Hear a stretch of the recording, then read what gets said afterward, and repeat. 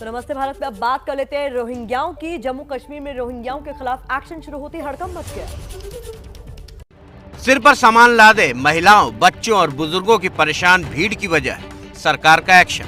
ये म्यांमार से आए रोहिंग्याओं की तस्वीरें हैं जिन्हें गृह मंत्रालय ने वापस भेजने की कार्रवाई शुरू कर दी है। दरअसल शनिवार को जम्मू प्रशासन ने अवैध रूप से रह रहे रोहिंग्याओं की धरपकड़ शुरू की और 155 लोगों को कठुआ के डिटेंशन सेंटर भेज दिया। अपने लोगों की वापसी नहीं होने को लेकर बाकी रोहिंग्या दहशत में आ गए और सामान के साथ रविवार को इकट्ठा होकर मांग उठाने लगे कि अगर डिटेंशन सेंटर भेजना है तो सबको साथ भेजें।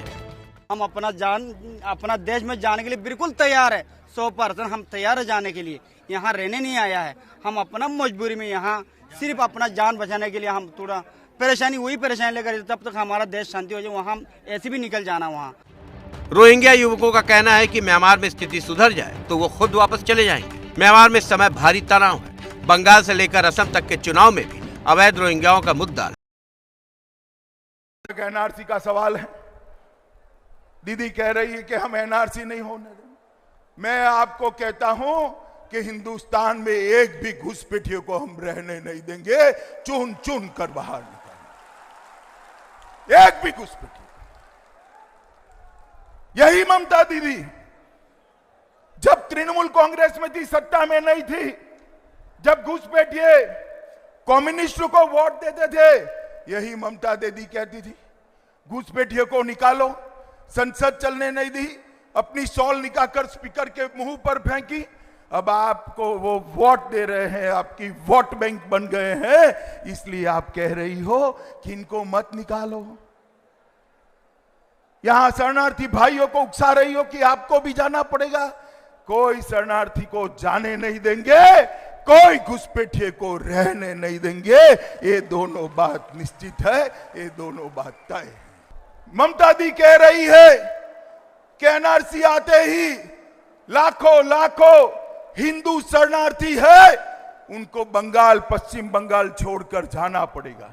मित्रों, इससे बड़ा कोई झूठ नहीं हो सकता, इससे बड़ी कोई झूठी बात नहीं हो। आज मैं सार्वजनिक रूप से बंगाल की जनता को आश्वस्त करने आया हूं।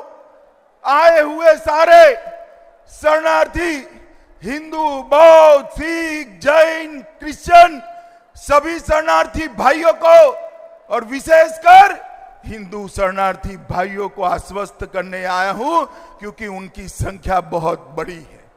कोई भी हिंदू, सिख, जैन, क्रिश्चियन शरणार्थी जो यहां आए हैं, उसको भारत की सरकार भारत छोड़ने के लिए मजबूर नहीं करने वाली है। भारतीय जनता पार्टी की सरकार एनआरसी के पहले सिटीजनशिप अमेंडमेंट बिल लेकर आनी है, सीए भी लेकर आनी है।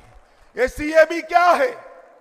ये सीएबी का मतलब है भारत के अंदर जितने भी हिंदू, सिख, जैन, बौद्ध, क्रिश्चियन जितने भी हिंदू शरणार्थी आए हैं, वो सभी के सभी को भारत की नागरिकता प्रदान कर दी जाएगी, हमेशा के लिए प्रदान करनी। एक एक शरणार्थी को देश का प्रधानमंत्री बनने का अधिकार ये भारतीय जनता पार्टी की सरकार देने वाली है। एक एक शरणार्थी को हम मत का अधिकार देने वाले हैं, नागरिक बनाने वाले हैं।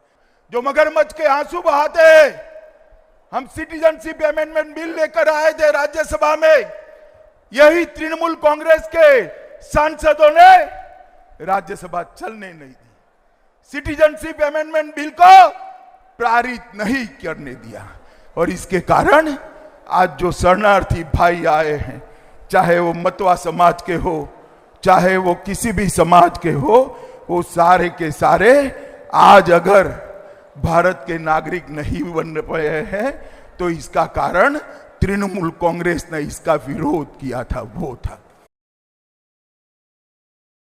छोटी सी बात फिर दोहराऊंगा मैं, आप लिख सकते हैं तो लिखिए, अगर बोल सकते हैं तो बोलिए, और चिल्ला सकते हैं तो चिल्लाइए, और अगर इन तीनों कामों को भी नहीं कर सकते तो जो चिल्ला रहा है उसके साथ खड़े हो जाइए।